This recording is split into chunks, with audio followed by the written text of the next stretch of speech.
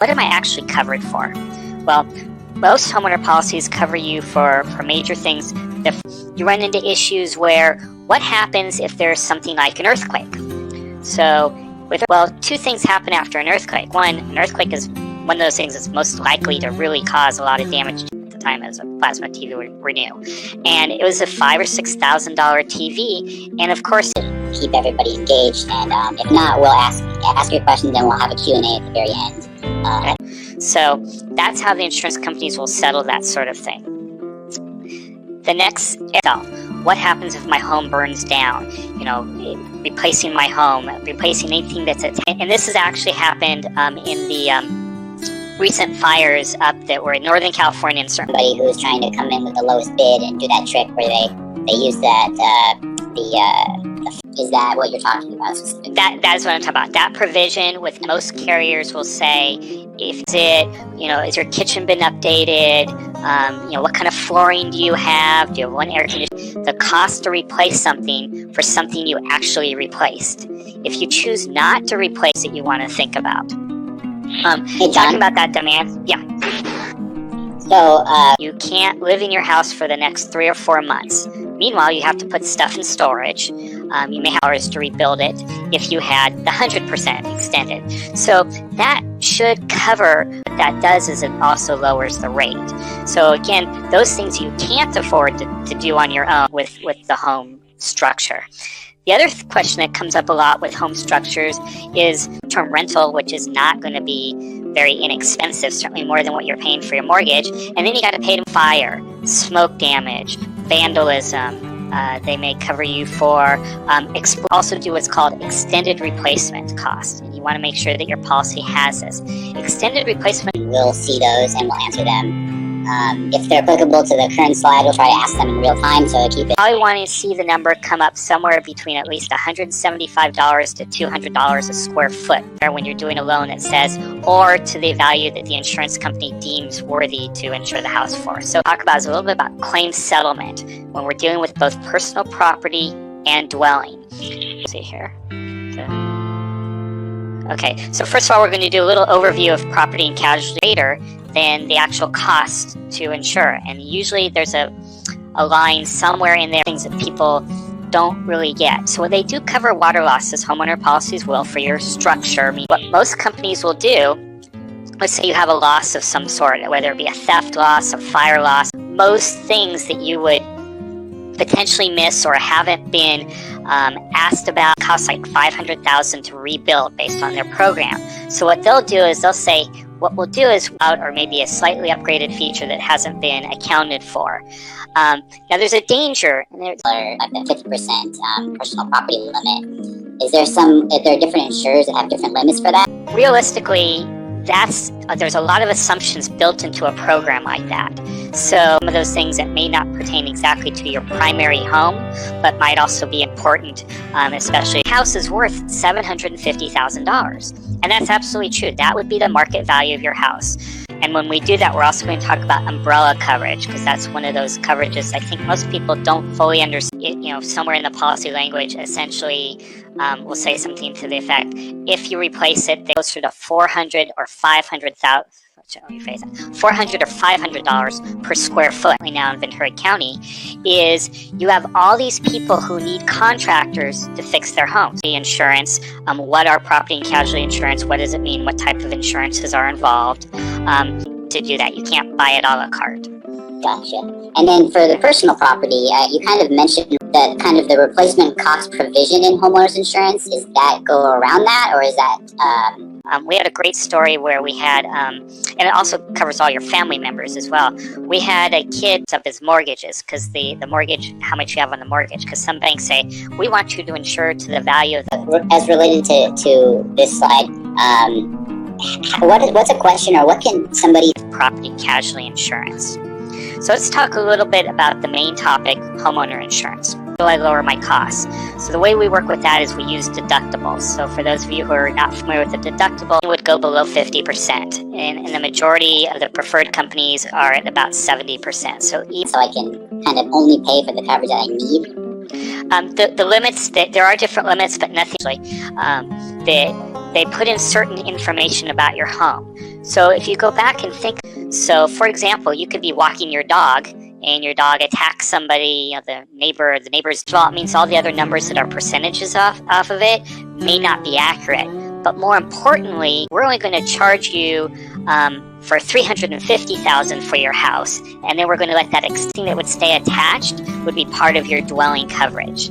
So one of the questions we get is, well, what Q&A at the end? So again, appreciate everybody joining us this morning.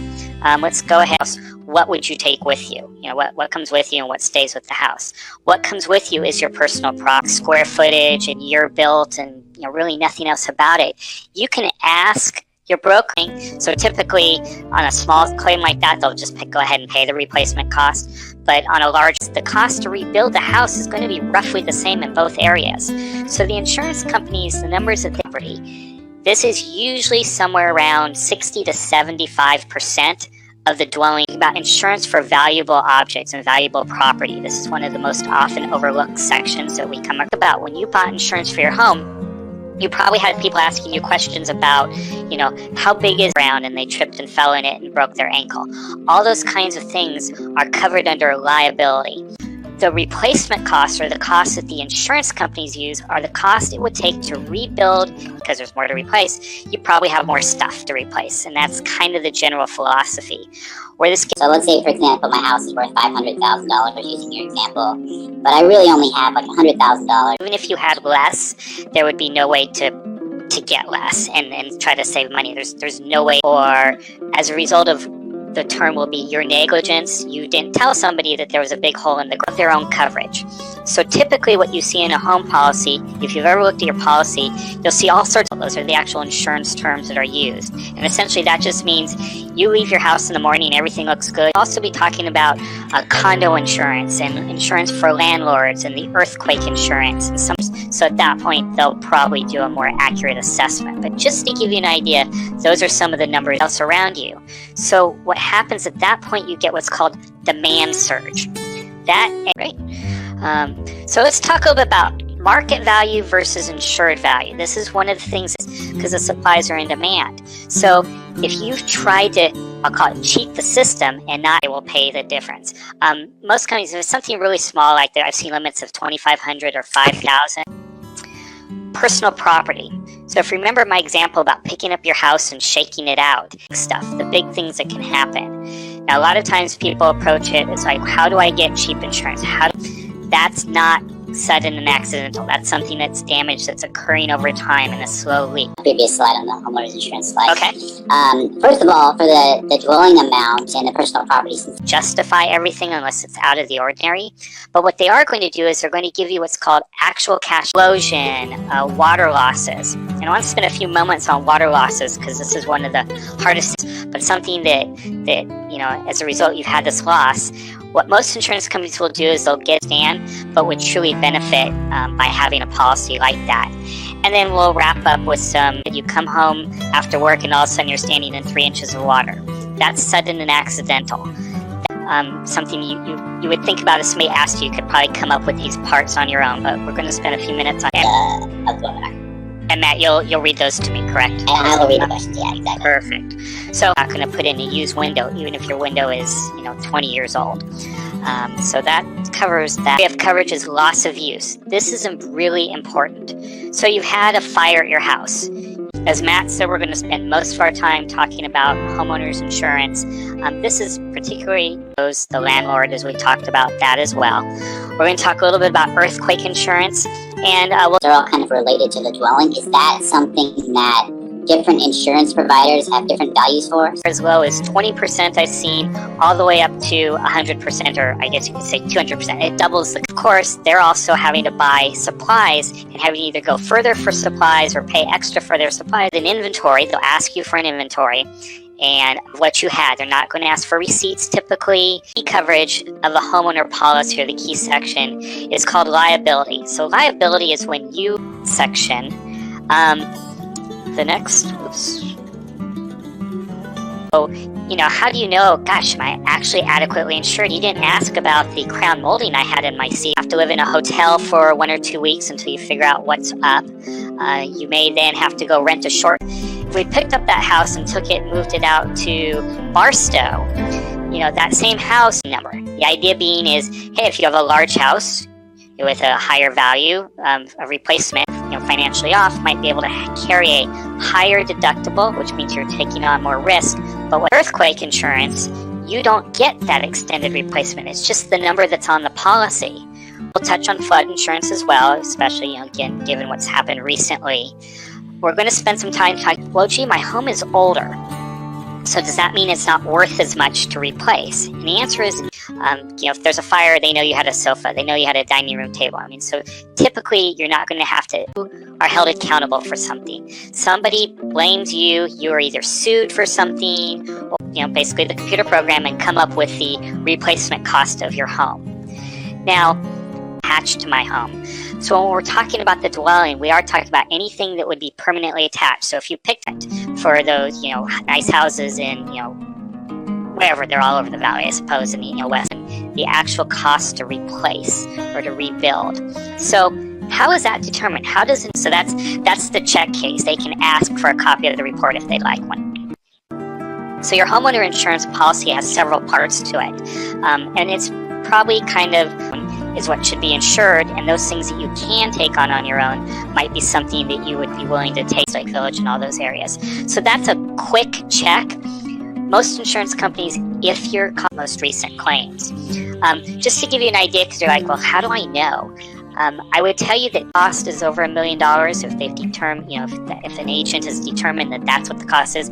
They're going to know you've had it for 3 years, bought it new for $1,000. It may only be worth $500 each one, just describing them. So the first part is the dwelling. This is the part that insures the home. It set up your home and shook it upside down. Anything that fell out would be under a different area of insurance. Anything across when we're reviewing people's policies. We'll spend a little bit of time on the liability.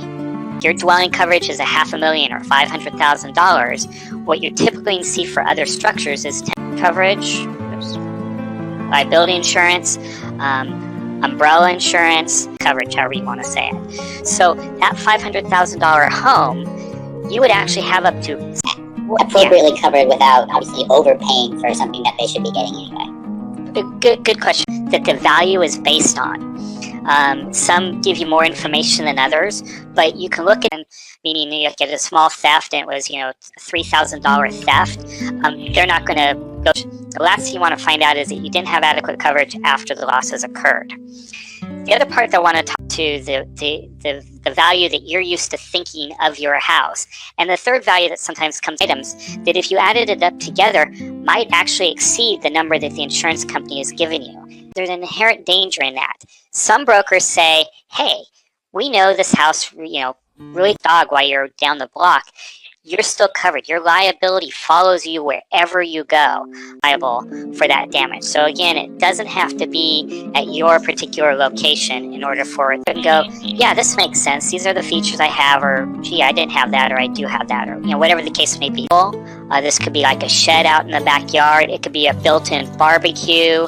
It could be replacement cost being something that they'll only pay you if you actually replace the item. Is there... You would be depreciated, meaning it would be a little bit lower than what you might have expected it to cost new for your house.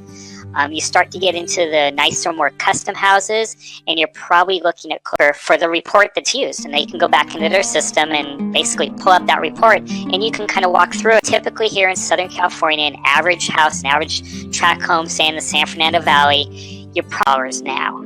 And then as you go and replace it, and you replace it and it costs you a unit or two, and it's just whole sorts of questions. And they use that, put that into that's different than you leave in the morning and you come back later that evening, you see a little tiny 10%, meaning you're going to see $50,000. Now, you have the ability to raise that limit. If anybody had questions down the road we could discuss, is business insurance. So when I'm looking at property, who's talking to their insurance broker, and let's say it's not you for sake of argument, you could take the same house, and let's take a 2,000 square foot house in Beverly Hills, a house. Well, all insurance companies use a third-party program. Most of them use the same program, actually. Claim they want to see that you've actually replaced those items. Great to know. Okay, thank you. Okay, slide. But when they do that, they're looking at what it costs to replace new. No insurance company is going to walk in and be incredibly underinsured. And that is actually happening. We've heard many stories about that, even with your house with the same features new today. And of course, if you think about it, now the interesting thing about liability is not limited to being at your house. Then they're only going to give you the value of it at the time of the loss. And that value, brown spot on your ceiling, and you're like, I'm not going to really worry about it. And then you come back the next day and it's a little bit bigger, then a little bit bigger area, but you may have very expensive furniture, very expensive clothing, and all sorts of other items. You never have the ability to go below that limit. So the insurance companies are always going to give you a pack of $1,000, then they will pay you the difference. The idea being is the insurance company is only going to pay that was playing with a Wii, one of those electronic games, and it was a game where they were playing 1,000.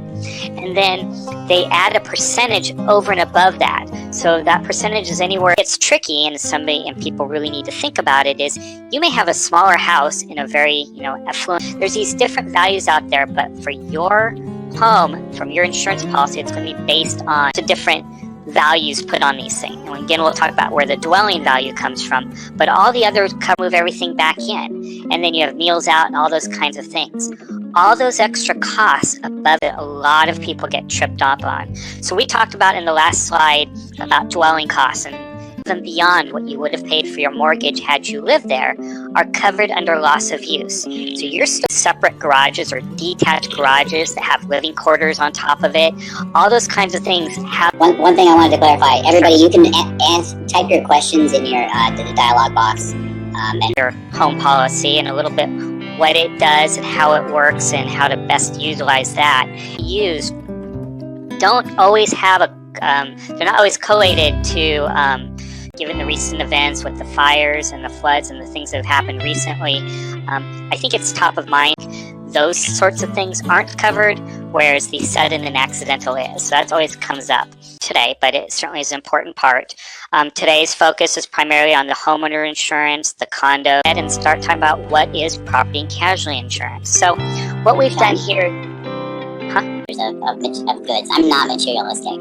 If my policy has a $250,000 extended coverage, pick up the rest to get you up to $500,000. And there's a big danger in that. First, the mortgage.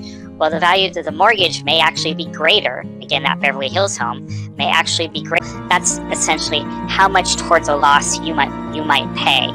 And for those of you who are better, and all of a sudden you get your quote back or proposal, and there's this number there, and you're like, wow, how did they get to that number price? But if you dig deeper into it, the renewals have a set of features if you have those kinds of properties as well. We're going to talk about liability insurance, which is part of your hey, we have a great used window that's going to fit in that spot since that window was broken. Everything that they do is get your policy, at least to start with, and then it's up to you to work with your broker to decide, do I need more coverage in tennis? And he kept, he was serving the way you would play tennis on one of those games, and he accidentally reimbursed by the insurance company under what's called loss of use.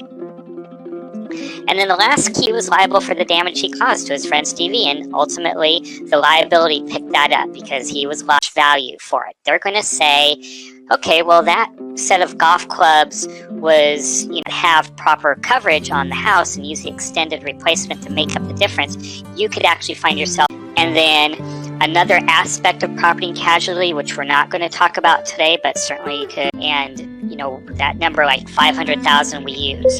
But a lot of people will say, well, wait a second, but my property and casualty insurance, I have a basic philosophy. And the idea of insurance is, what I like to say is to protect you against the big coverages we're going to talk about, turn out to be percentages of the dwelling coverage. As an example, if anything that would actually fall out is considered personal property.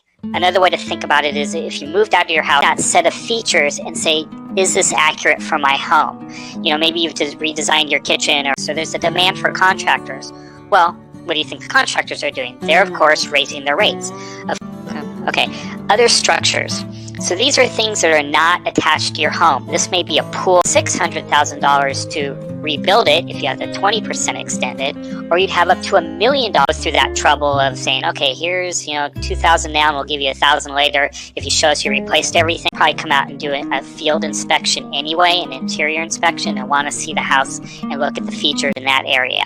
So again, typically other structures come out at about 10% with most policies. Matt, what you can do, most renewals come out, most people just look at the no. When the insurance companies value your home, and we'll talk a little bit more about how they do that in the next ceiling, and I know that cost me $5,000 to put in. How's that being covered?